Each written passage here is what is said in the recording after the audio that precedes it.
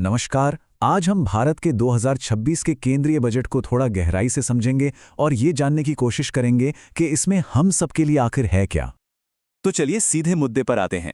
सवाल ये है कि क्या ये बजट आने वाले कल के लिए एक बहुत ही शानदार योजना है या फिर आज हम पर एक बोझ डालने वाला मुश्किल फैसला। देखिए, सरकार ने इस बजट को एक विजन डॉक्यूमेंट की तरह पेश किया है। मतलब एक ऐसी दूर की सोच जिसका मुख्य जोर भविष्य के लिए मजबूत संपत्ति बनाने पर है। अब इसका सीधा सा मतलब यह है कि पैसा बड़ी ठोस चीजों में लगाया जा रहा है, जैसे कि सड़कें, पुल, रेलवे, ना कि ऐसी चीजों पर जिससे फौरी राहत मिले, जैसे कि मान लीजिए मिडिल क्लास के लिए टैक्स में कोई बड़ी कटौती। अच्छा, इस पूरी बात को समझने के लिए आइए एक बहुत ही आसान सा उदाहरण लेते हैं। ये उदाहरण इस पूरी तस्वीर को एकदम साफ कर देगा। चलिए एक पल के लिए कल्पना करते हैं कि पूरा देश एक बड़ा सा संयुक्त परिवार है और ये परिवार बैठकर ये हिसाब लगा रहा है कि अपनी सीमित आमदनी को सबकी जरूरतों पर कैसे खर्च किया जाए। और यहीं पर एक बहुत जरूरी बात सामने आती है। भारत का बजट एक घाटे का बजट है, ठीक उस परिवार की तरह जिसके खर्चे उसकी कमाई से कहीं ज्यादा हैं और उसे उधार लेना पड़ता है। ये आंकड़ा जरा ध्यान से देखिए, 24%। इसका मतलब है कि सरकार जो भी 1 रुपया खर्च करती है ना, उसमें से 24 पैसे तो उधार के होते हैं। यानी हमारे कुल खर्च का लगभग 1/4 हिस्सा कर्ज पर चल रहा है। तो अब सवाल ये उठता है कि इतनी उधारी के साथ ये पैसा आता कहां से है, और सबसे जरूरी बात, ये जाता कहां है। तो देखिए, सरकार की आमदनी का एक बहुत बड़ा हिस्सा आता है हम लोगों के इनकम टैक्स से और जीएसटी से।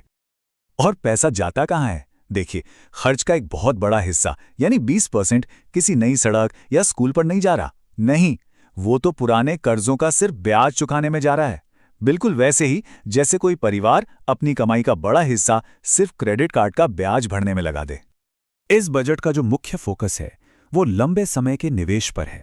ये कुछ ऐसा है जैसे परिवार ने तय किया हो कि इस साल नए खिलौने नहीं खरीदेंगे, बल्कि पहले घर की टूटी हुई छत को ठीक करवाएंगे।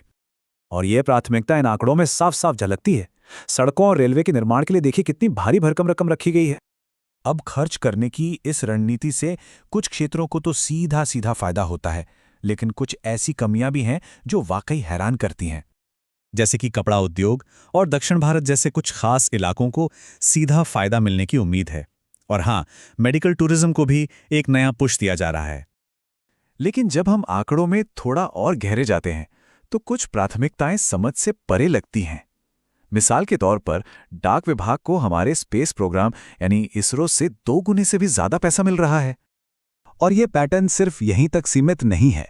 कृषि अनुसंधान जैसे जरूरी क्षेत्र के लिए बहुत मामूली रकम रखी गई है और मध्यम वर्ग या निवेशकों को भी कोई खास राहत नहीं दी गई है।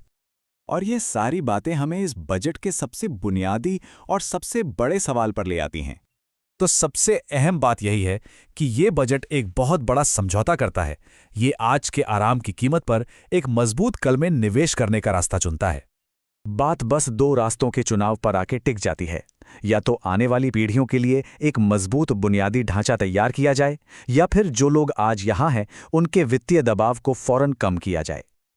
और यहीं पर हम सबके लिए एक बहुत बड़ा सवाल खड़ा हो जाता है। किसी भी बजट का असली मकसद आखिर होना क्या चाहिए?